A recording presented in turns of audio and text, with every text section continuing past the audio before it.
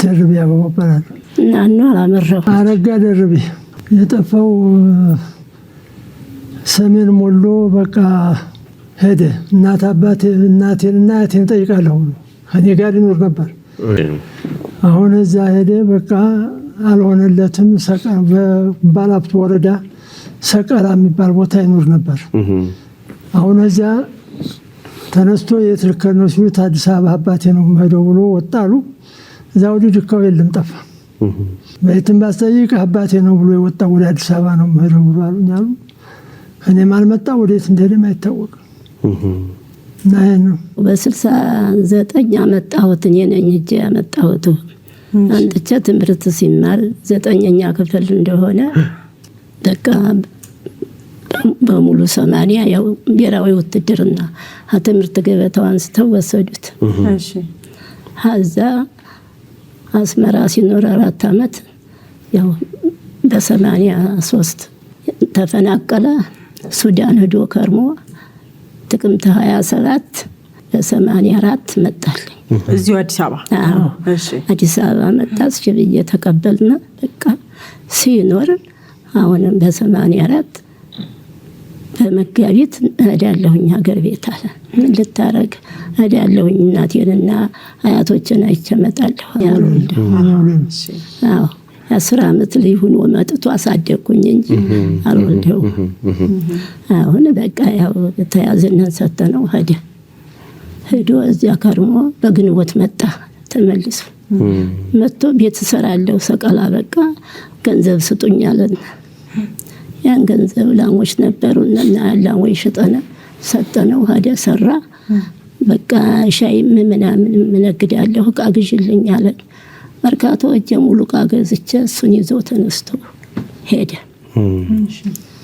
ሄዶ እዚያ ሲኖር በ85 በነሐሴ የእሳቸው እናት ሞቱ። ነሐሴ 5 እሱ ነሐሴ 6 ወጣሉ። እዛ አልቀበራቸውም የለም። አሁን ደብዳቤ ልጅህም የለ እናትህም እንዲህ ማርፈዋን ተብሎ ደረሰኝ ለኔ።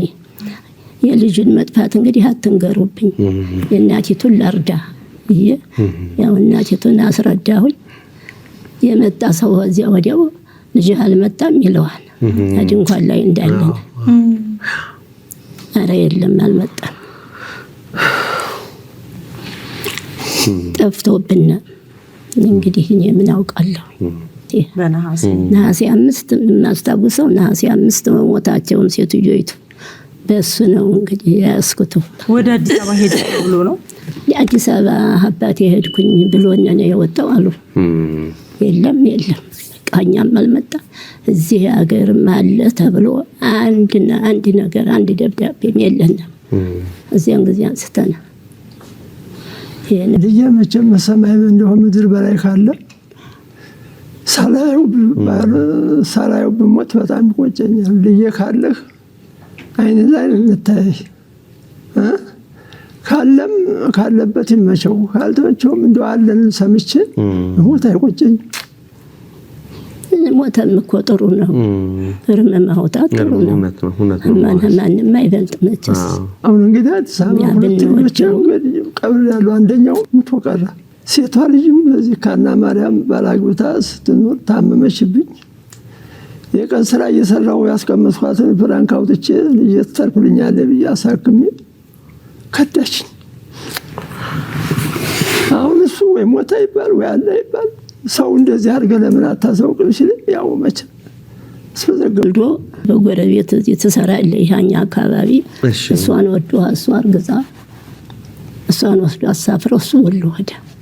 ያቺ ሴትዮ ወልዳ ልጁን ይዛልኝ መጣኝ። እሳቸው ቀን ስራ ይሰራሉ ምን ነኝ እሺ አመጣኝ። ተደስቼ ተቀብዬ በይዞሽሽ ምናምን ብዬ አይ እንግዲህ አብረን ረዳችሁ እሱ አሳድገዋለን አለች። እሺ ግድ የለም እሺ ብዬ ስቄ ተቀብዬ ወሰደችው። በሁለተኛው ቀን እንደገና መጣኝ። አሁንም እንደዚህ እሳቸው የሉም ነበር።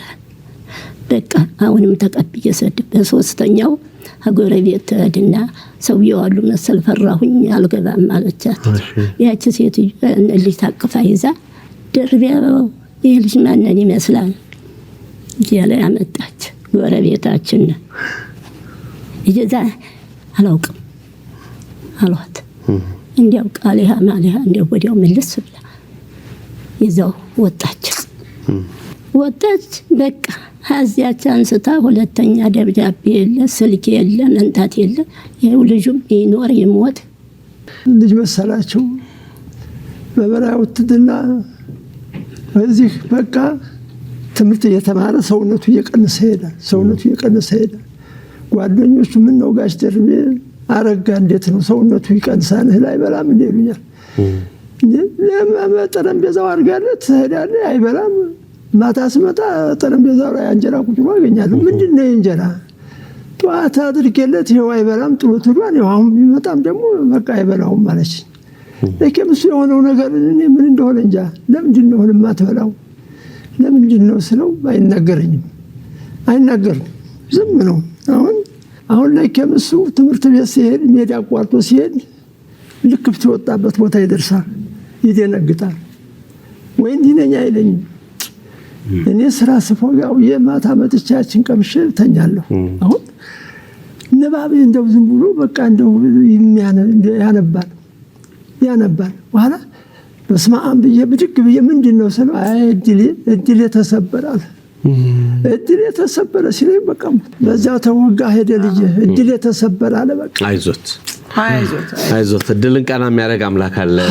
የጠፋው ልጅ እንዲገኝልዎ የልጅ ልጅን እንዲያዩ እናንተ አምላክ እንግዲህ ማሆይም መልካም ባለቤት ነዎት።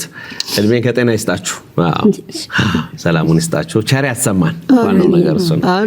መልካም እንግዲህ ፎቶግራፉም አለ። አረጋ ደርቤ እንግዲህ ካለህበት መልእክት እንድትነግረን አደራ እንላለን። አባቴ በዚህ ሁኔታ ውስጥ ሆነው እየጠበቁ ነው። ለልጅህንም እግረ መንገድ ደግሞ እንዲያዩ ይናፍቃሉ። ብዙ የሚቆጫቸውም ነገር አለ። ለማንኛውም እሱንም የምታውቁ ሁሉ ይህንን ቤተሰብ እንድናገናኝና ደስታቸውን እንድንመልስ አደራ ለማለት እንወዳለን።